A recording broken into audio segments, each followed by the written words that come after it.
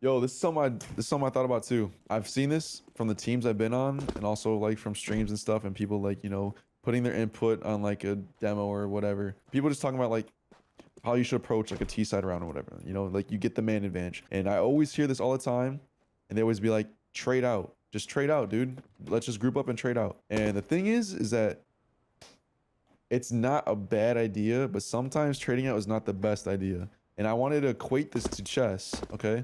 All right. So look at right? Let's say you're in some like type of fucking opening here, right? I'm just trying to make this make sense.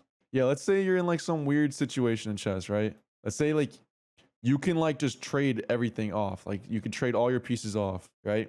Let's say you're in the lead. Let's say this white is in the lead by a bishop and a rook. And he's got the option to trade all these pieces right here, right? Yeah, you could like trade all these pieces off and get to like a winning endgame or something. Oh, that's actually a blunder. But let's say like they trade all these pieces off, right? And now he's up a rook. This is a winning endgame. Okay. People try to apply this to Counter-Strike 2, where it's like, we're up a 5v4, let's just trade out and we'll win. But the thing is, the difference between Counter-Strike and chess is that in Counter-Strike, the game doesn't end when the round ends. In chess, you can trade out to the very last fucking pawn. Let's say like for some reason they just trade out all the way to the very last pawn. Like everything's gone. You lose everything, but you win because you're able to run your pawn up the board and you get a queen. Okay, like this is fine in chess because the game's over once the game's over. So you can lose everything and still win. Go down to your last pawn and you still won the game. Game's over. But in Counter-Strike, that transfers over the next round. There's economy involved. And when you trade out all these people, when you trade out everyone, if that's your only solution, then you end up fucking yourself up for the next round. It's not the most optimal solution. The other thing I wanted to say too is that when you like people talk about like, oh, let's trade out and win.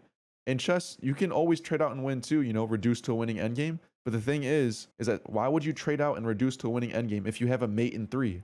Same thing goes for Counter-Strike. Why would you trade out when you're in a 5v4 and you just group up and trade out if you can like fake B and just know you can take A for free? That's like your mate in 3. You see what I'm saying? This concept, and I feel like this is like it's a good fundamental. It's a good principle to have in Counter-Strike. It's like, oh yeah, just trade out if you're in the man advantage. But it's not always the best advice. It's not always the best move. Sometimes it's the best move, and a lot of times it's a good move. Like if you want to equate it to chess, but yeah, I see people say this all the time. It's like, oh, we should just group up and trade out. Like, why group up and trade out if I'm like, if I could solo fake B and you guys all just hit A, like, we'll just win. Like, there's no reason to group up and trade out. Where it's like, yeah, we can go with like the fundamentally sound option, but like, we can just win the game right now if we do this.